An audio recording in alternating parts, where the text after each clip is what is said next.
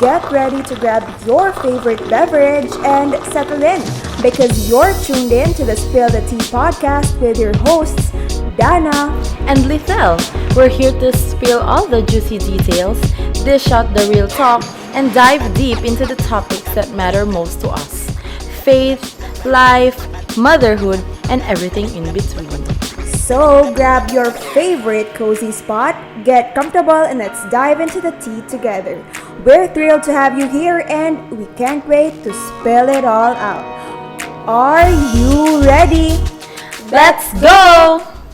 So first of all, before we start, we would like to thank EXL Life and Herbs Nutraceutical Corporation for this wonderful setup. Yes, thank you for allowing us. And of course, to the people behind the setup, Sir Jim, Sir Mike, and of course, our CEO, Miss Annabel Bringas Soto. So thank you so tita. much.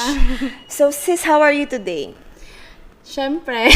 Maganda pa rin. Maganda pa rin. Maganda pa rin ang Disney Princess. Maganda pa rin ang Disney Princess kahit kulang sa tulog. Oo, kahit mom of two. Kahit mom of two. Actually, mom of three. Idagdag mo na yung panganay, I mean, ang asawa. Yes, sa true lang. Yes. Anyway, isn't it amazing? No, we are finally doing this after so long. I think Yeah. after a year, almost a year since we planned or yeah. talked about this. Yeah. It's been, I mean, guys, for those of you who don't know, we have been planning this for so long and God is so good because we're finally doing this. Yeah, and grabe, it's so amazing. And I'm so blessed kasi yung setup natin, like, pang pro. Oo nga, akala nga namin pa-iPhone lang kami, but Yeah. look, we have DSLR camera, we have these lights and this amazing microphone with us. Yeah. So, just to give the viewers a bit of a backstory on when this all when did it start? Ate Ritz and I used to go to coffee shops together. I mean, we are still doing it now. Yeah. But before, mga sharings about wife life, I was having also my personal struggles at that time, and Ate Ritz was sharing her wisdom, her experience about it. Wisdom. Full Yes, of of wisdom. course, oo.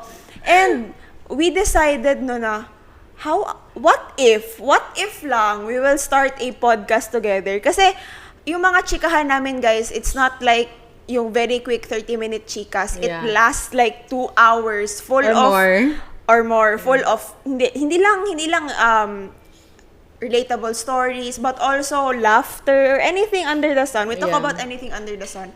And we thought na why not start a podcast together so that other people can also listen to what we are talking about and syempre ma-bless din sila. Yes, true. So, now we are finally doing it and we can't wait for you guys to go through this journey together.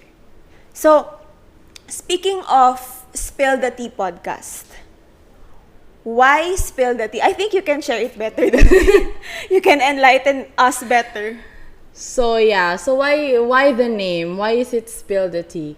Kasi 'di ba? Actually, if you would translate it, if you say spill the tea, parang kung sa atin sa words natin, sa language natin, parang sis anong marites mo dyan? Parang ganyan.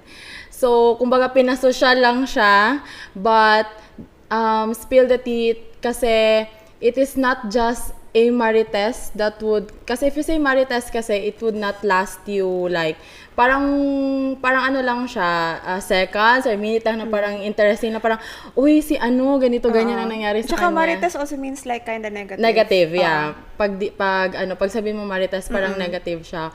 But we want to change that na hindi lang siya for negative reasons pero we have a marites or we have a tea that is a kind of tea na would help us propel in this life. So as a mother, as a wife, as a friend, as a like a sister or a daughter. And hindi lang siya actually sa perspective namin ng mga babae, but also it would apply sa mga husband, sa mga lalaki that you would understand us better. And also we can maybe you can get advices na galing sa amin ng mga women so that you would understand more your spouse, and not only for those na merong mga partners or husband, but most especially to those na mga single, Yes. na looking pa for their Sa soulmate. mga nakikinig dyan, alam nyo na, Yeah, sino sa kayo? mga pang forever nila. So ayan.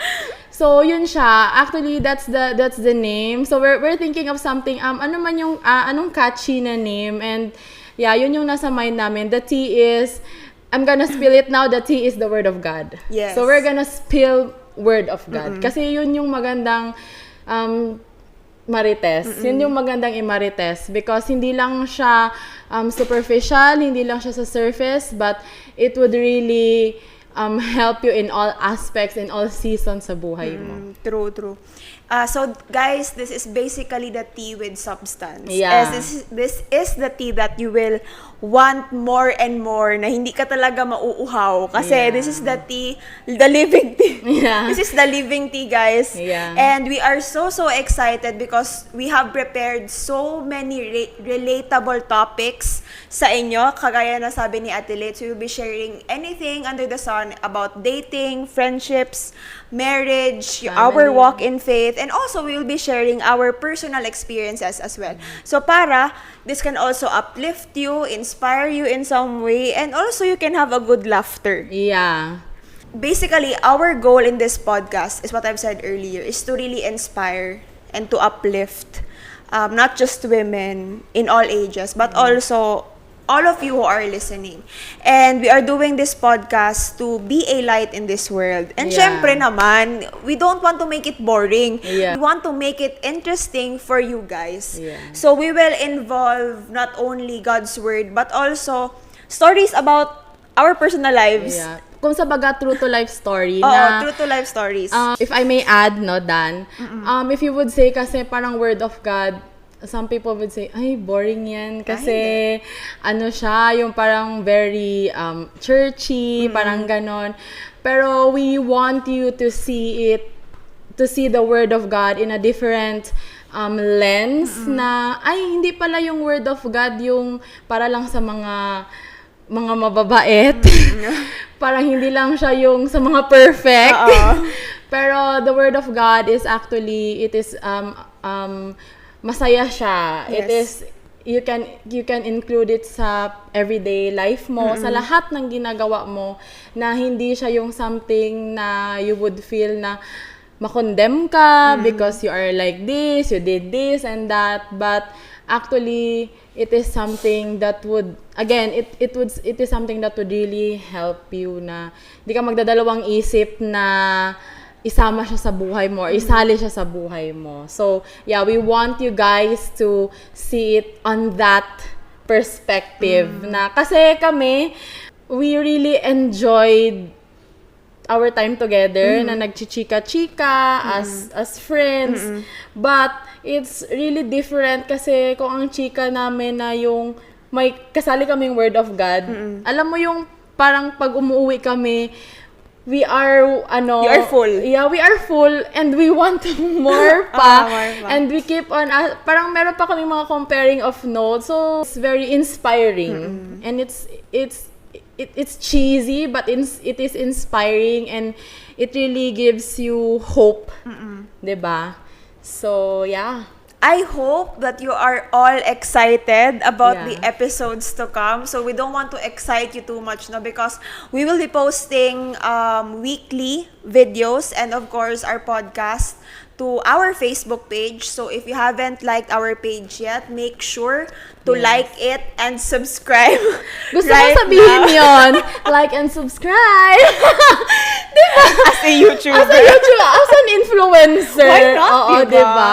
We don't want to spill the tea too much because of Yeah. course we want to keep you excited for the topics to come. So I hope that you were enlightened by how our story or how this podcast started. So don't worry, you will see more of us in the Yes. weeks to come. So you are loved, you are highly favored, you are blessed. So see you on the next episode. Again, this is me, Dana. And this is Lithel. And this is Spill the Tea Podcast.